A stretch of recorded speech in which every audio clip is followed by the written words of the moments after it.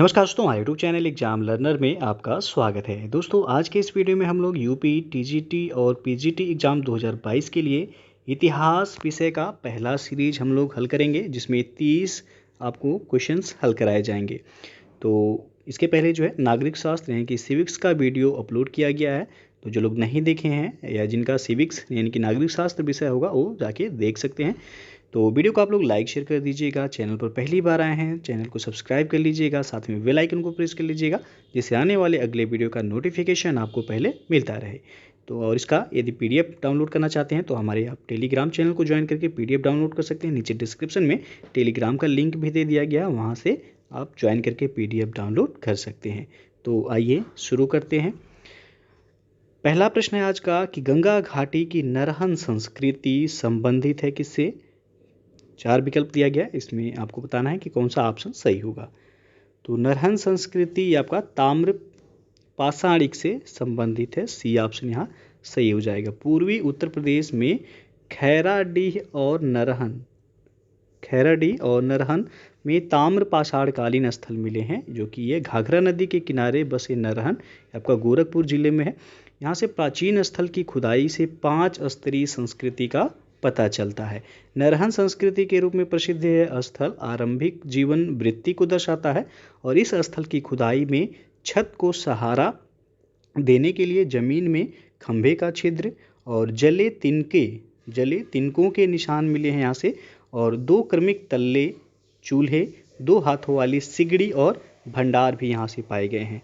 तो यहाँ पूछा गया गंगा घाटी की नरहन संस्कृति कहाँ से संबंधित है, तो ताम्र पाषाणिक से संबंधित है, और ये कहाँ पे है, तो गोरखपुर जिला में है यह। दूसरा क्वेश्चन है प्रागैतिहासिक चित्रकला के उदाहरण मिले हैं, तो यह मिला आपका भीमबेटका के शैलाश्रयों में, डी ऑप्शन सही होगा यहाँ पे दूसरे का। प्रागैतिहासिक चित्रकला का श्रेष्ठ या श्रेष्ठतम उदाहरण कह सकते हैं मध्य प्रदेश के रायसेन जिला स्थित भीमबेटका के शैलाश्रय तथा गुफाएं हैं। भीमबेटका की प्रागैतिहासिक चित्रकला को मध्य पाषाण काल से संबंधित किया जाता है। ये भी क्वेश्चन बनता है कि भीमबेटका कहाँ पे है, किस राज्य में है, तो मध्य प्रदेश सही होगा आपका। और अजंता जो यहाँ पे दिया गया अजंता की गुफा में, तो अजंता तथा बाघ की शैलकृत गुफा ये चित्रकला ऐतिहासिक कालीन जो कि मौर्य काल की बात की है यह। तीसरा प्रश्न है अग्नि पूजा के साक्ष्य हड़प्पा संस्कृति के किस स्थल से मिले हैं, तो यह मिला है कालीबंगा से, ये विकल्प यहाँ पे सही होगा। लोथल तथा कालीबंगन के पुरास्थलों से अग्निकुंड अथवा यज्ञीय वेदियों के साक्ष्य मिले हैं, तो कालीबंगा ऑप्शन में है, इसलिए ये ऑप्शन सही होगा। यदि लोथल भी ऑप्शन में रहता तो भी सही हो जाता आपका। चौथा प्रश्न है हड़प्पन स्तर से पकी मिट्टी का पैमाना प्रतिवेदित है, तो कालीबंगा से होगा, यहाँ पे बी विकल्प सही होगा।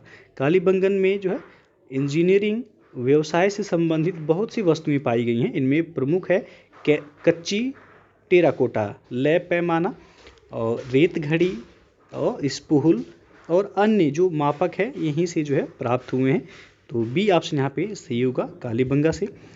पांचवा प्रश्न है रेखीय मापन के लिए हाथी दांत का पैमाना प्राप्त हुआ है कहाँ से, तो यह लोथल से प्राप्त हुआ है। लोथल पूछा जाता है कहाँ पे है, किस राज्य में, तो गुजरात में है ये।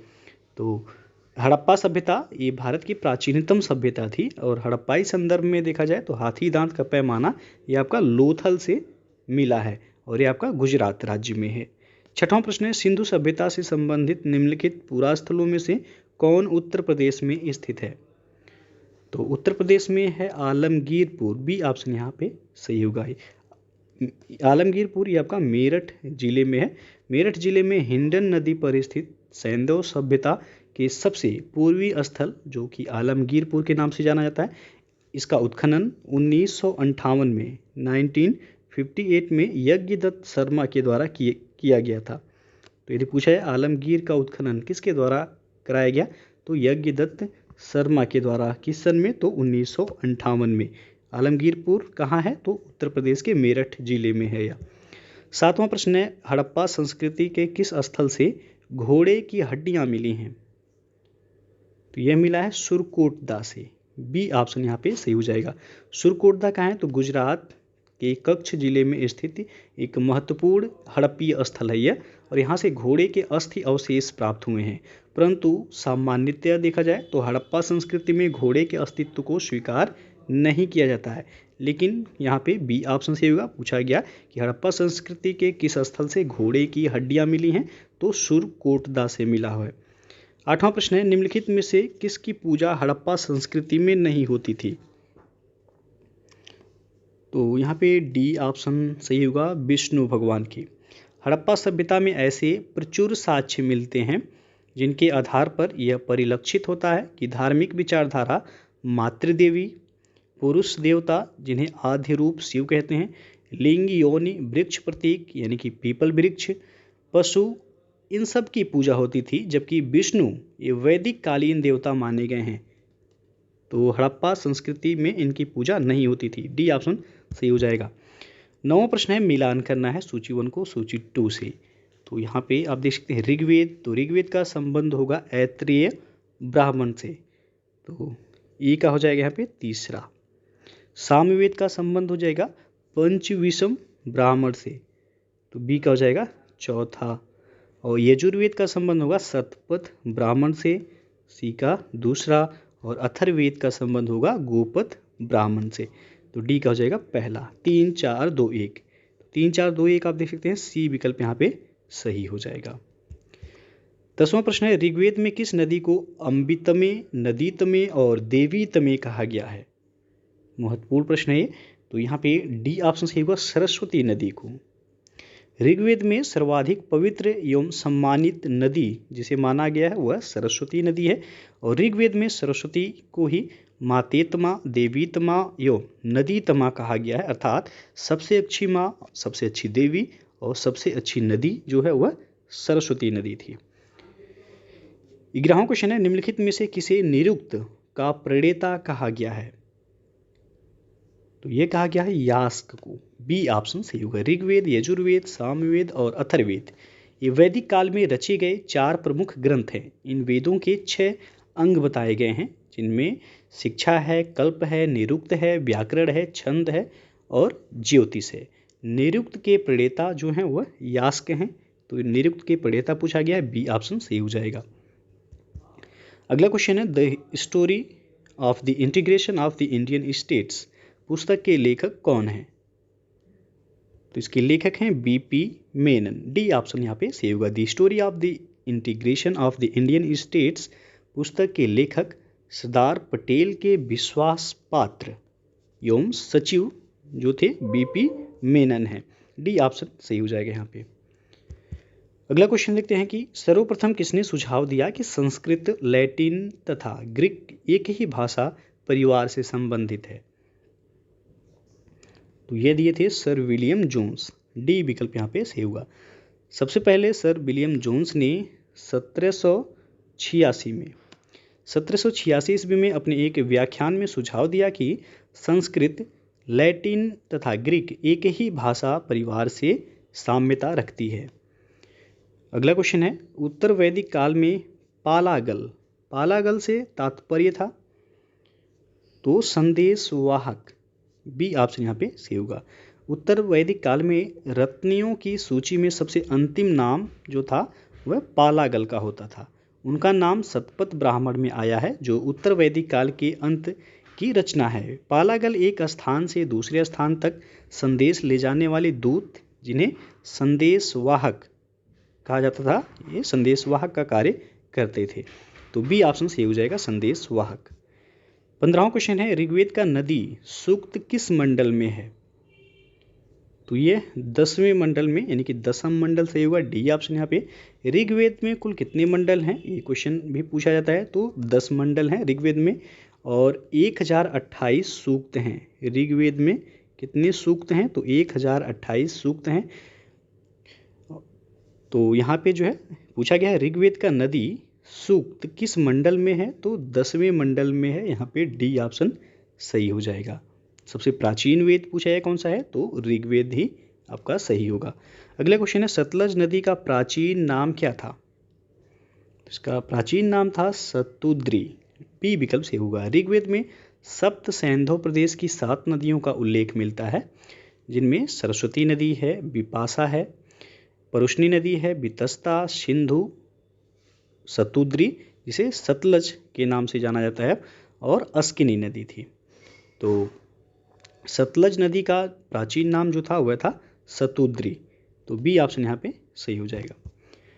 अगला क्वेश्चन है, कौशिक की ब्राह्मण संबंधित है? तो ये ऋग्वेद से संबंधित है, ये ऑप्शन यहाँ पे सही होगा। ब्राह्मण ग्रंथ जो है यज्ञों तथा अनुष्ठान के विधि विधानों के संबंध में जानकारी प्रदान करते हैं। कौशिकी ब्राह्मण तथा ऐत्रेय ब्राह्मण ये ऋग्वेद से संबंधित हैं। इसके अलावा तांडी ब्राह्मण है, पंचविश ब्राह्मण है, और जैमिनी ब्राह्मण ये सामवेद से, और सतपथ ब्राह्मण यजुर्वेद से, तथा गोपत ब्राह्मण जो था वह अथर्ववेद से संबंधित था। तो अथर्ववेद से पूछा जाए कि कौन सा ब्राह्मण संबंधित है, तो गोपत ब्राह्मण जो था वह आपका अथर्ववेद से संबंधित है। अगला क्वेश्चन है, निम्नलिखित में से कौन उपनिषदों में उल्लिखित कैकेय जनपद का एक दार्शनिक राजा था? तो वह था अश्वपति। डी विकल्प सही हो जाएगा यहाँ पे। ऐत्रेय ब्राह्मण में सर्वप्रथम राजा की उत्पत्ति का सिद्धांत मिलता है, और अधिकारों में वृद्धि के फलस्वरूप देखा जाए तो अलग अलग दिशाओं में राजा के नाम अलग अलग होने लगे। मध्य देश में वह राजा पूर्व में सम्राट, पश्चिम में स्वैराट कहलाता था, उत्तर में विराट तथा दक्षिण में भोज कहा जाने लगा। और वह राजा जो चारों दिशाओं को विजित कर लेता था उसे एकराट कहा जाता था। जो चारों दिशाओं को विजित कर लेता था उसे एकराट कहा जाता था। तो यहाँ पे पूछा गया है कि निम्नलिखित में से कौन उपनिषदों में उल्लिखित कैकेय जनपद का एक दार्शनिक राजा था? तो वह अश्वपति था। डी ऑप्शन यहाँ पे सही है। अगला क्वेश्चन है, प्रथम जैन संगीति हुई थी? तो पाटलिपुत्र में हुई थी, आपको पता भी होगा। बी ऑप्शन यहाँ पे सही होगा। पाटलिपुत्र में हुई प्रथम जैन सभा में सर्वप्रथम जैन धर्म ग्रंथ अंगों को संकलित किया गया था, और इस सभा के बाद दो भिन्न भिन्न व्यक्तियों की अध्यक्षता में दो अलग अलग स्थानों पर सभाएं भी संपन्न हुई थी। पहली आर्य स्कंदिल की अध्यक्षता में मथुरा में, और दूसरा नागार्जुन सूर्य की अध्यक्षता में वल्लभी में।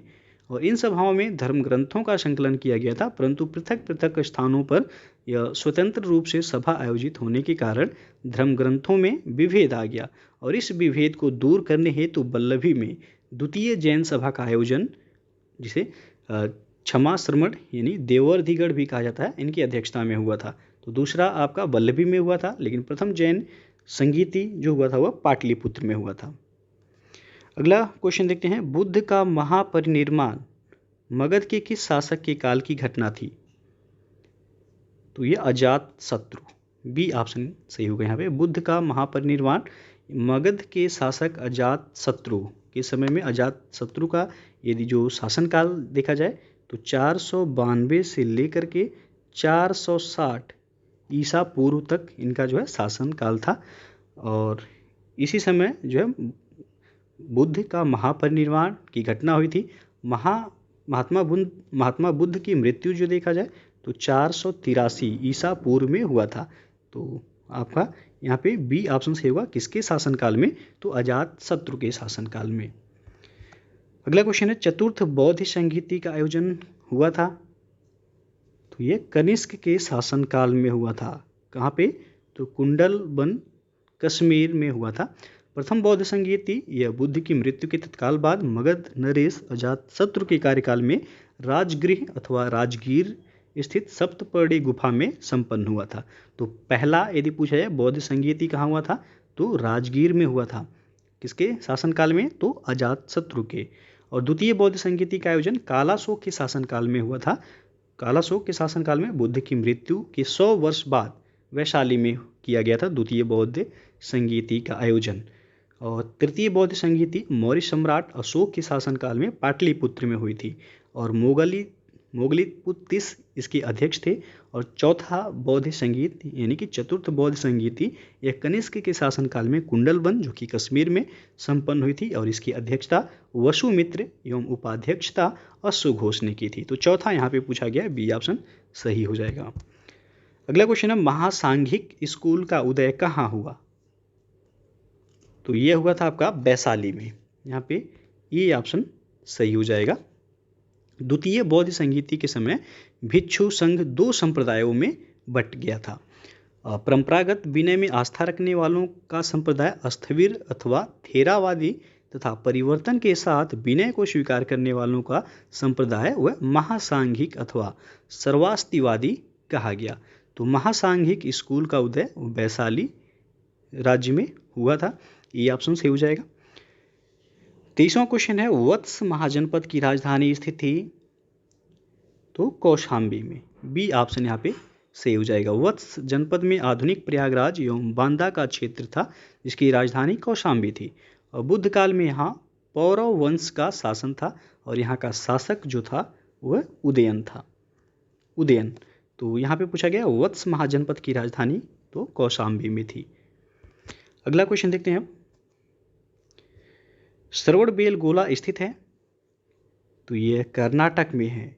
ये ऑप्शन सही हो जाएगा यहाँ पे। अपने जीवन के अंतिम वर्षों में चंद्रगुप्त मौर्य ने जैन साधु भद्रबाहु से जैन धर्म की दीक्षा लेकर श्रवणबेलगोला जो कि कर्नाटक में है तो श्रवणबेलगोला स्थित चंद्रगिरी पहाड़ी पर लगभग 298 ईसा पूर्व में जैन विधि संलेखना पद्धति जिसे उपवास कहा जाता है तो संलेखना पद्धति के द्वारा जो है शरीर त्याग दिए थे। तो यहाँ पे पूछा गया है कहाँ स्थित है श्रवणबेलगोला तो कर्नाटक में है यह। 25वां प्रश्न, मेगास्थनीज ने भारतीय समाज को 7 वर्गों में विभाजित किया जिसमें द्वितीय वर्ग कौन था? तो द्वितीय वर्ग इसमें कृषक था। सी ऑप्शन सही हो जाएगा। मेगास्थनीज ने तत्कालीन भारतीय समाज को 7 श्रेणियों में विभाजित किया है। मेगास्थनीज की पुस्तक का नाम क्या है तो इंडिका है। ये भी पूछा जाता है, याद रखिएगा। मेगास्थनीज की पुस्तक का नाम क्या है तो इंडिका है। तो इंडिका में ही मेगास्थनीज ने तत्कालीन भारतीय समाज को 7 श्रेणियों में विभाजित किया था। पहला था दार्शनिक, दूसरा था कृषक, तो यहाँ पे दूसरा पूछा गया है तो कृषक हो जाएगा। पहला दार्शनिक, दूसरा कृषक, तीसरा पशुपालक, चौथा कारीगर, पांचवां योद्धा, छठवां निरीक्षक और सातवां मंत्री।